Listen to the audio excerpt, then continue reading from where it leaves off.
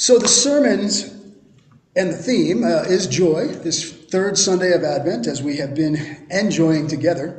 The scripture is from James.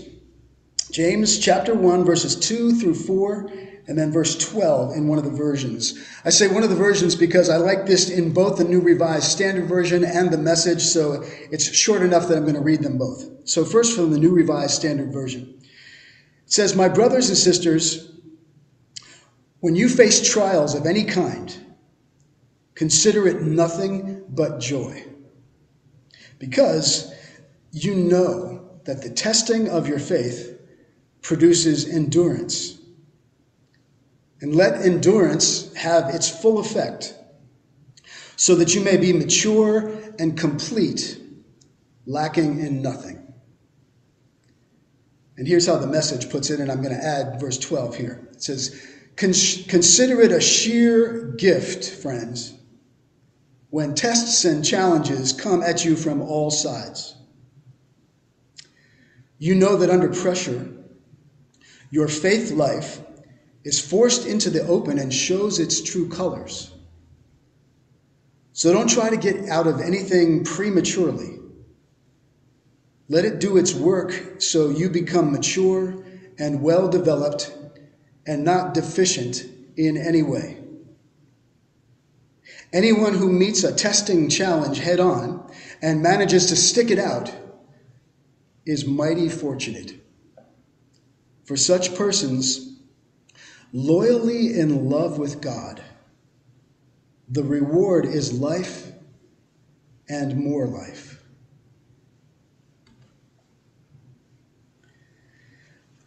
Okay, well, since we shared some jokes earlier and I didn't get mine in, one of my favorites is Sherlock Holmes and Watson.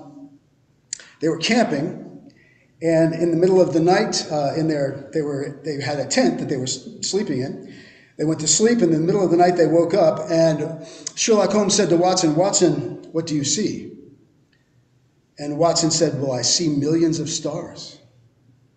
And Sherlock Holmes said, "Well, what does that tell you?" And Watson said, "Well, astronomically speaking, it tells me that there are millions of galaxies and potentially billions of planets. Time-wise, it appears to be approximately 3:15. Theologically, it's evident that the Lord is all-powerful and that we are insignificant. Meteorologically, it seems we'll have a clear, beautiful day tomorrow. What does it tell you?" And he said, "Watson, you fool. It tells me that someone stole our tent." All right, I know you had to drink a barrel to get a drop there. You know, I almost, to be honest, as I was reflecting on this week's Advent theme of joy, I almost felt, maybe we shouldn't do that this year. And ask you to tell a joke and us to come and laugh. Is it inappropriate almost, given the magnitude of the suffering that we are in as a nation right now in the world? The fact that record numbers of people are dying and so many people struggling as they have not in a long, long time, really ever. But then I thought, no. In many ways, that is the whole point. Because life for the people of Israel in first century Palestine and in so many chapters of the history of the Hebrew people, life was anything but easy. And so Advent joy means staying connected to joyfulness, true joy, the capacity to laugh and even celebrate in the midst of great difficulty. And it occurred to me that there was a good reason why Jewish festivals and celebrations were instituted as something that they had to do. They did it routinely. Kind of like Christmas for us. But the Hebrew people had many religious celebrations, festivals that lasted days where they partied and they celebrated life. Because when life is difficult, you need to keep celebrating. We need to be reminded that even if we can't dance now, we will dance again. And sometimes dancing in the face of the suffering is just our way of saying, you know what, we're not giving these circumstances the power to be the final word in our lives. And so, again, I think now is a very important time to take a look at joy. The scripture from James takes us right into the fact that joy is kind of a paradox, biblical joy. And it's actually deeper than happiness. You know, when things are good, it's easier to feel happy, or something positive anyway. And believe me, I am not against happy feelings. I love feeling happy. I mean, there's have to be something wrong with you if you don't enjoy feeling happy. Although there are some of us who have a hard time trusting being happy. You know what I mean? Brene Brown refers to it as foreboding gloom. That the moment we become aware of, things are going well, there's that sense of, when's the other shoe going to drop? And we can't even relax and enjoy it. Tony Campolo used to speak about a cat that he had. He said that his cat was both a pessimist and a Calvinist. Without going into it too much, but part of Calvinism was the doctrine of predestination, that things unfold as they're ordained by God to. And he said his cat was a pessimist Calvinist, that every time Tony would get in his rocking chair and start rocking, the cat would get behind it and stick out its tail and look at Tony with this look on its face that said, why don't you just go ahead and get it over with? Because he knew his tail was going to get pinched. Some of us have a hard time trusting happiness as if we almost don't deserve it. And that's another message. Happiness is wonderful, but joy, I'm going to argue, is even better because it's deeper. And so I was thinking, what is that difference? Why is joy deeper? It's kind of like the difference between a team having just won a championship, celebrating in the locker room with champagne and going nuts afterwards. That's happiness. Beautiful thing. Joy is the vibe that takes over the room when that team years later has a reunion and they get together. And they realized that what stood the test of time was not just a victory one day, but the relationships with the other people on the team. And that sense of having accomplished something that mattered together. And all that's transpired since then, and the relationships that have stuck together. And so they get together and they remember that victory, but it's deeper. Usually a little quieter. And maybe they still have some of the inside jokes, but they come from a different perspective now. And joy is being consciously aware of how good God's goodness really is. It's being aware in the moment of knowing it when something beautiful and precious and priceless is happening. So you can be happy about it happening and joyful because right then you're, you know what? This is one of those moments. I'm never going to forget this. We're not always aware of it at the time, but it can take us into deep joy and gratitude if we are. We just together watched the lead singer Lorelei and her parents play a Christmas carol.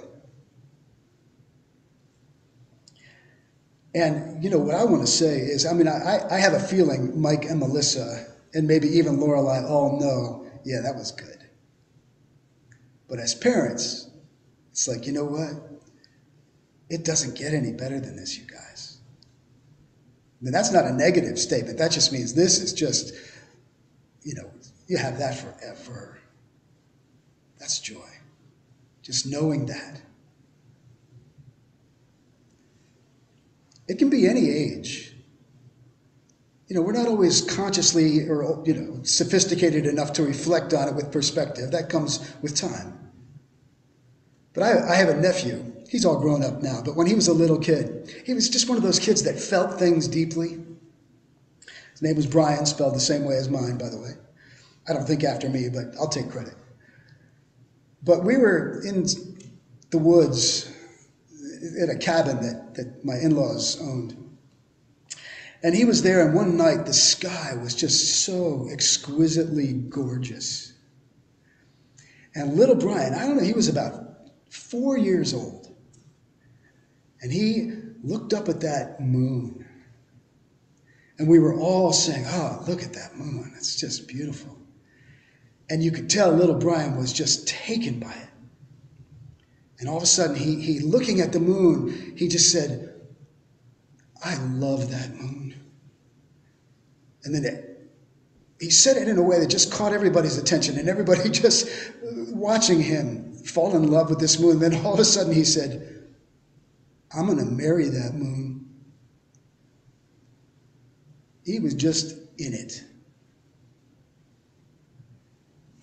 If you can have those moments and be aware it's one of those moments. It reminded me of the old, I can't remember if it was Miller or Michelob, those beer commercials where the guys would be camping or something, and at the end of the day they'd be sitting looking at the sunset and saying, hey, it doesn't get any better than this. Well, you don't need the beer to make that happen, but being aware of what you've been given and going to a place of acknowledging that and gratitude for that, that's joy. That's a piece of joy. And there's nothing more beautiful than to get older and to reach a point where you kind of feel that way about life. Not everybody does. I've known people who are bitter as they get older. And it's not that they don't have plenty of reasons why things didn't go as they had hoped. But I've known others who get to a point where they say, life doesn't owe me anything. I have known and I know so much love. I've experienced so much goodness and wonder. Oh, I've had hard times. I've been hurt. I've been through some stuff. In fact, this heart of mine has been tried and tested and a few times shattered into 1,000 pieces. But I've experienced what Bobby Kennedy once referred to as the terrible grace of God. The grace of not only enduring unspeakable loss and heartache, but of having lived through the bittersweet Paschal mystery.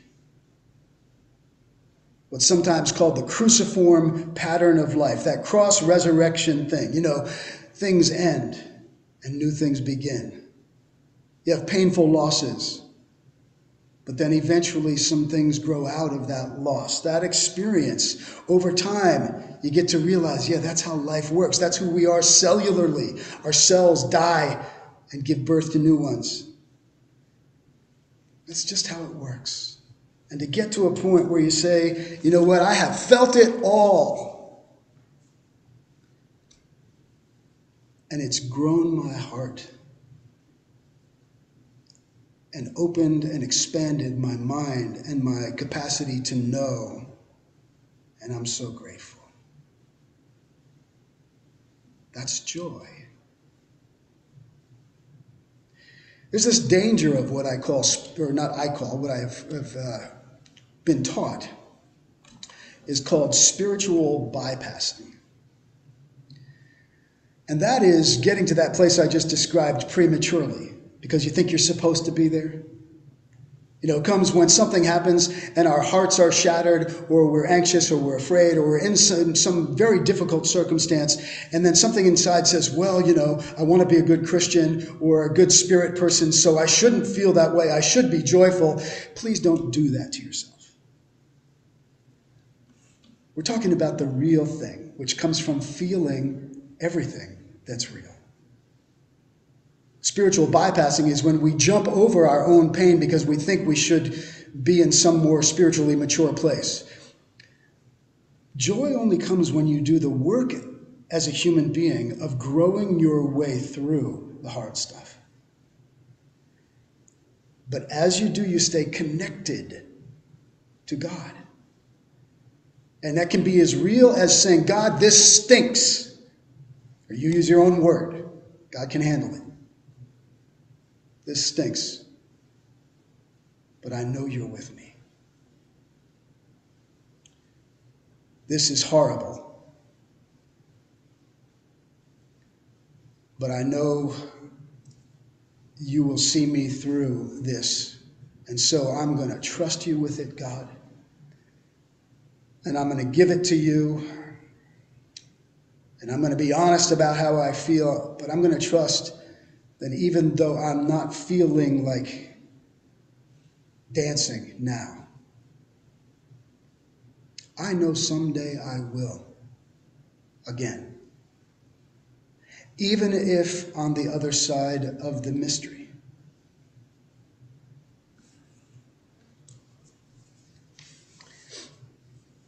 James said, count it all joy when you go through terrible hardships. That is not an invitation to some form of spiritual sadomasochism.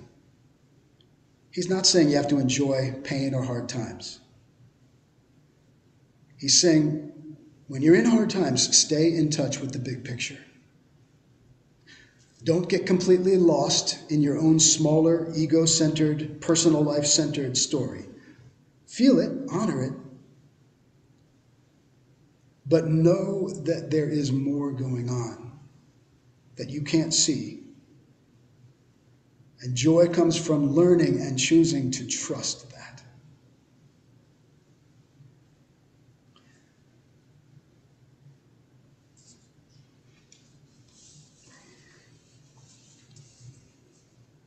I'll say one more point before I close.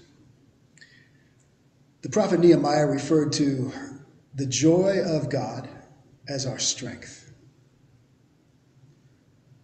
It's not complicated. But when we can be in the midst of a difficult time, or a time when we need strength to be given, and we can experience what we're experiencing with enough openness to say, okay, God, I know you're going to get me, us, through this. That's strength. Because you don't get stuck. You don't get trapped in negativity. And joy can also be a wonderful guide. Very quickly, I knew a person who had exceptional financial resources that she was born into. And she made it her life's work to steward those resources, millions and millions of dollars. And her life's work was to stay spiritually free so that that money could get where it was needed most. And she was a wounded, flawed, but absolutely beautiful human being. But she got manipulated a lot, as wealthy people often do. One of the lonely things of someone who has more money than they need and others know it is that they're always hit up. And as one wealthy person one time said to me, person who was born into wealth, I have never in my life known if anybody actually loved me, or whether or not every person who's ever been in my life has simply wanted what I have. And so this woman I was referring to stopped giving at a point because she was so tired of feeling manipulated. And she said at one time, I'm not a human ATM machine. And so I said to her, just give when it feels joyful.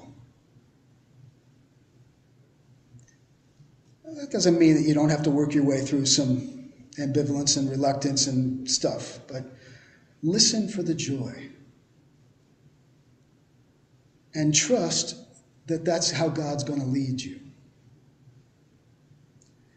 I think joy is our North Star, way more than some sense that we have to suffer if we're following God. You know, the old cliche, I'm afraid to say, God, do whatever you want because God's going to call me to be a missionary in Africa or something.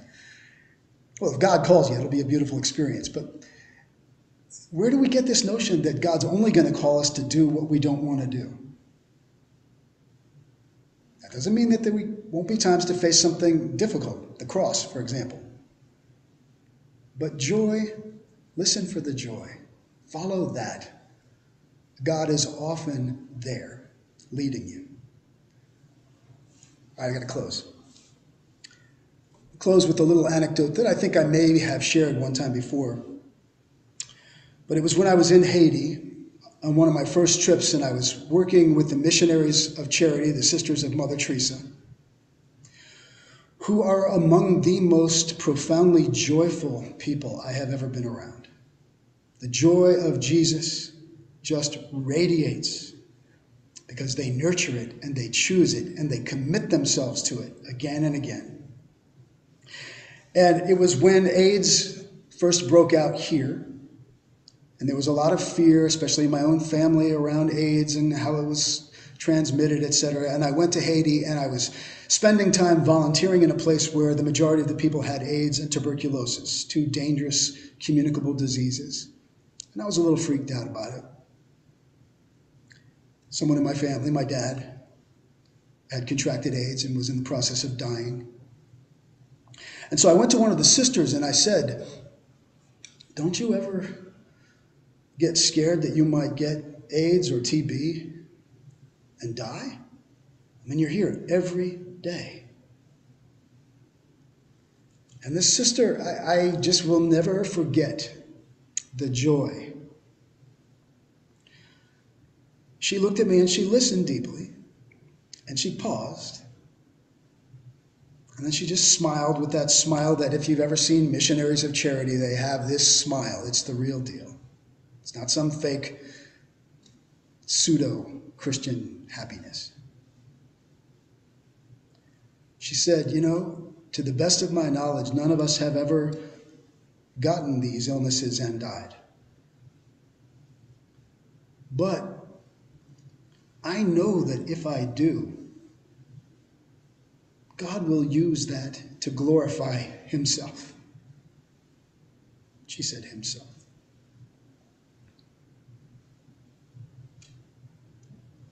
What's her way of saying, you know, if the worst happens, if I have to face my own death, then I know I can do that in a way that will bring glory and blessing to God and to others. That's the strength of joy. No one can take that away from you. So whatever you're facing, stay connected to God and feel as much as you can the reality that you will be taught, expanded, grown in and through what you're dealing with in a way that will lead once again to dancing and song and celebration. And knowing that changes everything. Advent joy. Right now.